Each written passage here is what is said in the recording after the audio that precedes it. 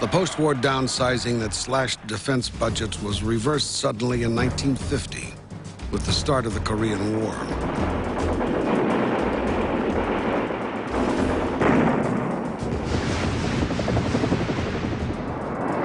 The floodgates of military spending were reopened, but inter-service rivalry prevented any unified ballistic missile development. Werner Von Braun and his group of German rocket engineers were transferred to the Redstone Arsenal in Huntsville, Alabama, where they began work on a 200-mile nuclear-capable missile for the Army.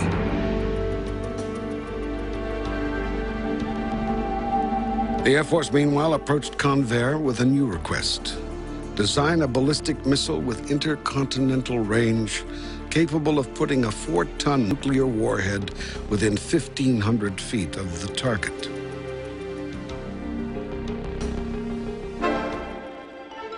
The Convair proposed missile, called Atlas, was over 100 feet long and required the thrust of 5 rocket engines to lift an estimated 440,000 pounds. Almost immediately, the project became stalled in bureaucratic wrangling over payload and accuracy requirements. The future of Atlas looked bleak until the intervention of presidential politics and an awesome breakthrough in nuclear physics.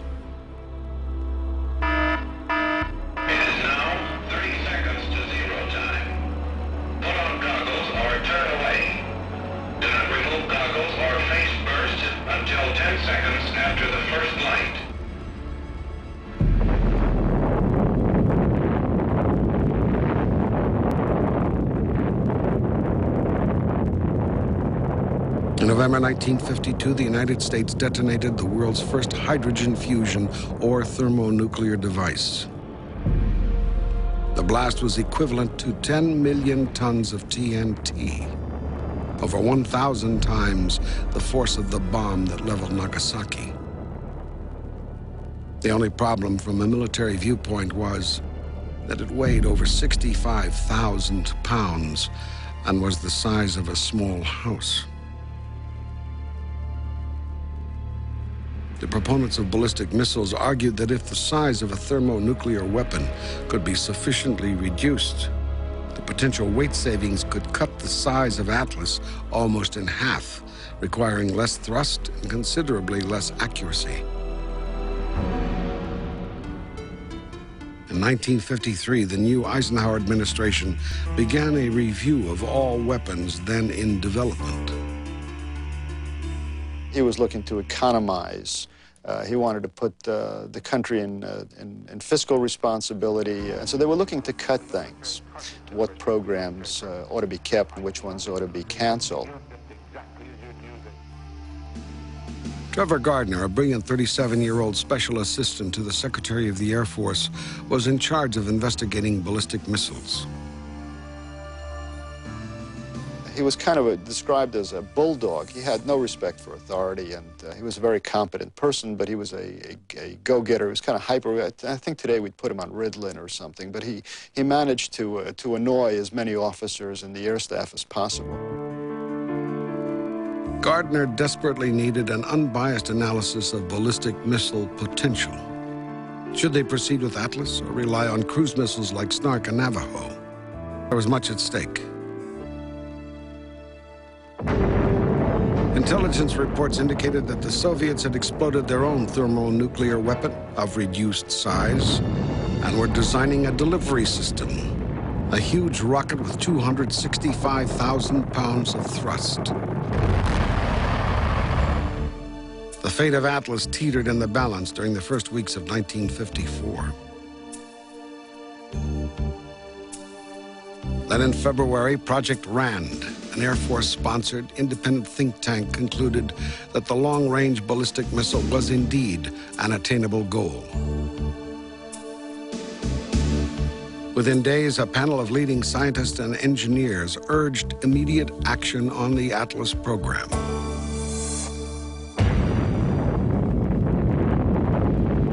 On March 1st, 1954, any remaining arguments against the Atlas evaporated in the shock wave of the latest South Pacific test. The the United States had its small thermonuclear warhead. General Bernard Schriever, a World War II bomber pilot, an engineering expert, was handpicked by Trevor Gardner to ramrod development of the Atlas. The thing that really struck me was a 1,500-pound megaton yield thermonuclear weapon. That reduced the size of the ICBM very substantially. And they came out with the recommendations. One, that we proceed. Number two, that we give it top national priority. Number three, that they set up a unique management arrangement, because they said we should have operational capability by 1960. The general devised a radical new approach that was nothing short of a monumental juggling act. Everything from guidance and propulsion to warheads and nose cones were to be developed at the same time. Schriever called it concurrency. In concurrency, you have to plan for deploying. That meant that we had to not only do our test work, our R&D and test work, we also had to get a training program going. We had to establish the logistic support for the system, and all of those things that were necessary to become operational had to be in place, as well as the missile itself. He knows that his mission is to beat the clock. The Russians are building these rockets. Schriever doesn't know how much time he's got, so everything is predicated on getting this done. Simon Ramo, an engineer and later co-founder of TRW Corporation, was the third key player in the race for the Atlas.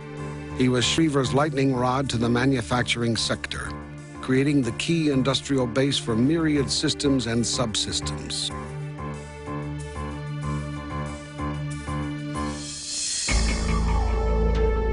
Charlie Bozart, the Atlas project engineer, did not even know the weight of the new warhead. So to keep the airframe as light as possible, the skin of the Atlas was made of stainless steel that had the thickness of a dime. The balloon structure, originally developed for MX-774, required that the airframe be pressurized, or else it would collapse under its own weight.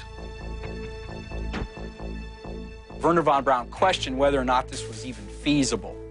And so they pressurized it, and one of Von Braun's assistants took a sledgehammer and tried to beat a hole into the side of the launch vehicle, but as it pressurized, it gave a little bit and then came back with great force, and he very nearly clubbed himself with the sledgehammer. The revised Atlas was 75 feet long and 10 feet in diameter. 3 engines developed a total of 360,000 pounds of thrust in a unique arrangement called parallel staging.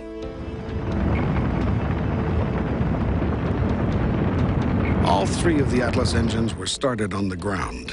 After 2 minutes of flight, 2 of the engines were jettisoned. The single remaining engine burned for another 2.5 minutes, giving the warhead maximum range.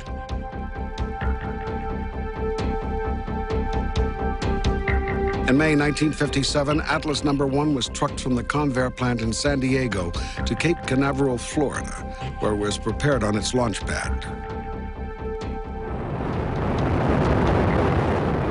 On June 11th, the missile was committed to flight.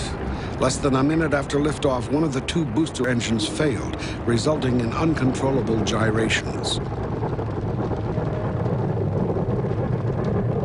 The first Atlas was terminated in a huge fireball. Atlas No. 2 suffered a similar fate. 3, 2, 1.